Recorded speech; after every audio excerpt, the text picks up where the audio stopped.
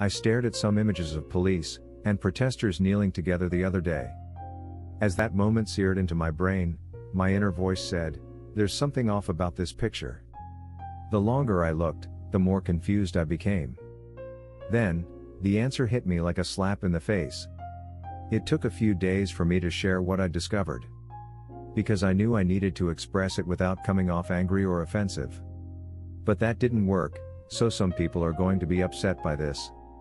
George Floyd was killed by a police officer placing a knee on his neck. How could I, or anyone, think kneeling was a good or noble way to honor that? It was a trick, a flim-flam, a bamboozle, and we fell for it. I shudder at the genius of it. This was a reenactment of the crime that took George Floyd's life, and blatant disrespect to his memory. It's on par with people wearing a device used to take countless lives, in the name of privilege and supremacy. The cross was a weapon used to murder people, yet it's worshipped, praised, adored, and worn. The very idea of it wrenches my heart. How can you love something that was used to crucify someone you claim to love?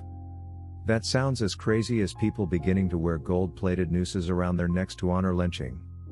When Colin Kaepernick took a knee, it was to say, "There are things I will not stand for." This was not that at all.